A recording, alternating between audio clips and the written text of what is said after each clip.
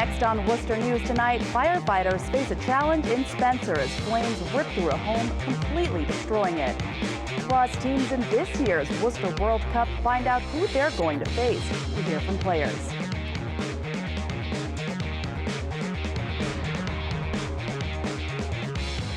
Joining us tonight, I'm Catherine Andrioli.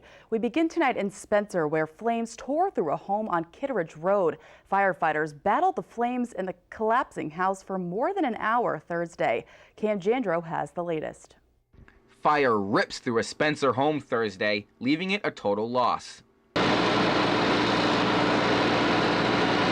Firefighters responded around 1:30 to battle the 3-alarm blaze on Kittredge Road. Spencer Fire Chief Robert Parsons says being on the outskirts of the town made it difficult to get enough water.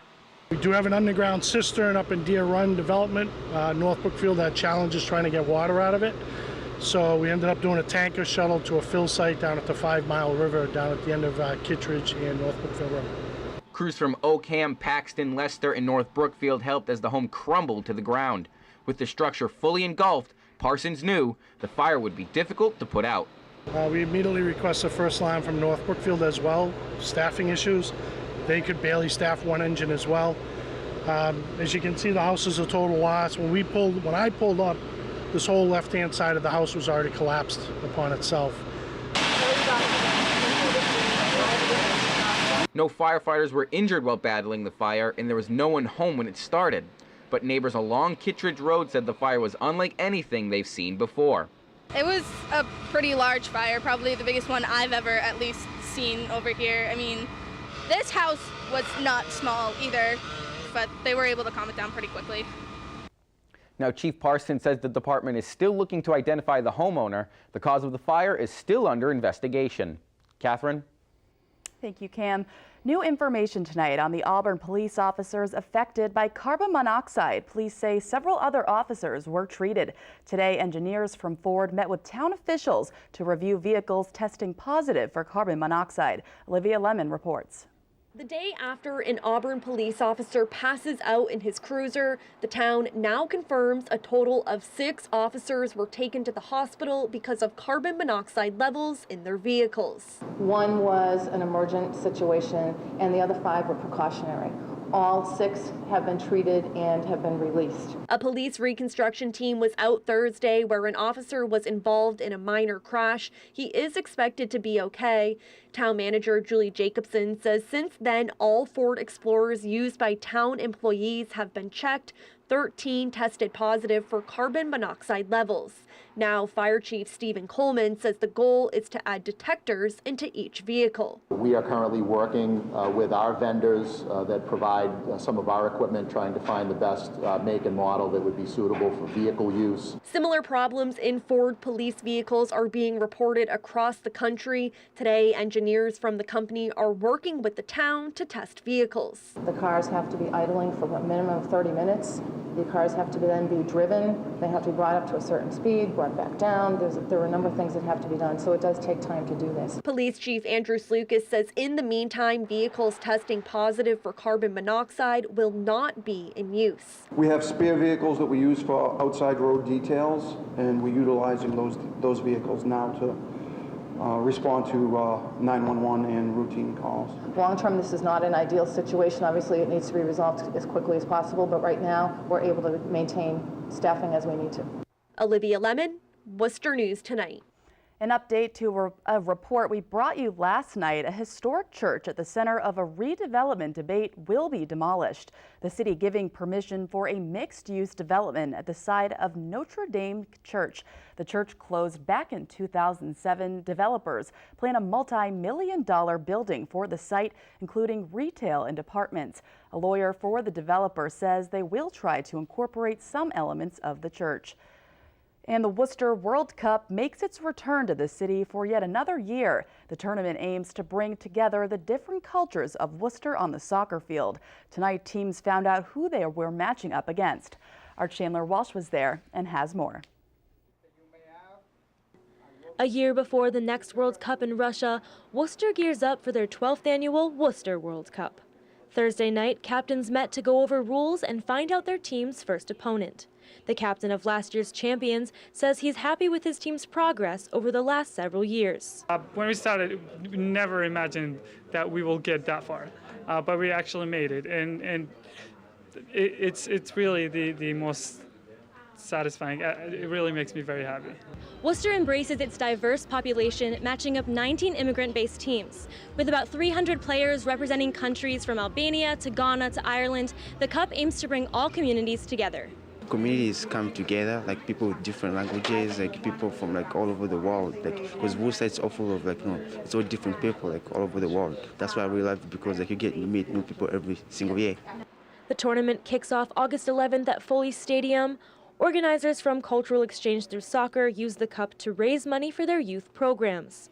The programs use soccer to teach leadership and promote development. It helps us buy equipment, rent space to have practice all year long. And our youth programs really have the same aspects that the Worcester World Cup encompasses, but just for our youth, and because the Worcester World Cup is an adult tournament. Once again, the tournament starts the 11th and continues through the weekend with opening game Friday night and wrapping up Sunday night. It's a family-friendly event with children's games and entertainment. Catherine? Thank you, Chandler, for that report.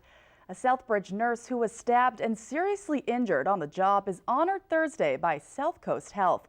Members of the health services company presented Elise Wilson with signed T-shirts at a small ceremony. Wilson says she is amazed by the nationwide support for nursing and healthcare workplace safety. The registered nurse was stabbed by a patient at Harrington Hospital in Southbridge back in June. She is recovering. And while some people may not be happy with the amount of rainfall we've seen this summer, farmers in central Massachusetts say it's a blessing. Last year's drought caused havoc on the growing season, and one crop was severely impacted. Our Brittany Schaefer has the story. It's been actually a very good growing season. Michael Davidian is thankful this year's weather has been much different than last year's. The field manager for Davidian Farm says a cold spring and a dry summer made things difficult. Last year, every crop was affected by the drought. We did lose some apple trees. We almost lost entire blocks due to the drought. Every product that we grow was a reduced product simply because we couldn't put enough water on it. Charlton Orchards had a similar issue. The big freeze is what did us in. The warm weather brought the buds out till they were opening a little, and then they froze. The peach crop, the plum crop, raspberries, blackberries were all affected. One crop last year was a total loss. Last year there was an extreme cold in February, which froze all the buds on the peaches in the whole Northeast. It's hundreds of thousands of dollars to our farm, so it was millions of dollars throughout the Commonwealth. Yeah, that was a huge hit. Peach season is now officially starting. Davidian says this year is a much different story. This year we have a great peach crop, and it's been relatively warm, not overly warm, and the rain has been coming. Farmers in the area say a successful growing season always depends on a sometimes unpredictable force. We are a slave to Mother Nature, so she dictates what we can and cannot do. Agriculture is just that way. We get what Mother Nature gives us, so we just kind of, as a farmer, we have to live with Mother Nature. Brittany Schaefer, Worcester News Tonight. The latest dessert trend sweeping the nation has made its way to Worcester. It's ice cream like you've never seen it before, and you can now grab the dessert at a new business on Park Avenue. Ice cream takes a new shape as a new dessert trend rolls into Worcester. To really get something like this, you'd have to travel probably like 45 minutes at minimum. I've already tried it in Boston actually, but I came here to try it. It's called rolled ice cream. The Thai dessert is popping up in cities across the country. Taste Tea Rolls opened just 2 weeks ago on Park Avenue and says their business has exploded. We make our own base. It's homemade with fresh milk and heavy cream, and then a couple of other ingredients that we can't tell everybody. And then we just throw it all on a pan that gets up to -30 degrees, and then the ice cream comes made before your eyes. Owner Richard's son says he found out about the trend on YouTube. He says he visited a store during a trip to New York City and was inspired to open his own. It was mostly in Thailand, and then all of a sudden it came to California, and then it made its way to New York, and then paid a visit to New York and went to one of the shops out there, and then that inspired me to open up my own shop. Son says it took him about a week of trial and error to complete the recipe for the perfect roll. The whole process takes just under 2 minutes. And we have these pans that get up to -30 degrees. So then when we pour our base onto the pan, and then it starts to come together into ice cream form, it'll take about under 2 minutes to make the ice cream. Add some toppings or even a design. Rolled ice cream will not disappoint dessert lovers in Central Mass. Yeah, I mean, I'm always looking for new desserts and stuff to try, and so really this is one to add to the list, and it's a good one to add to the list. So. It's definitely one of my top favorites.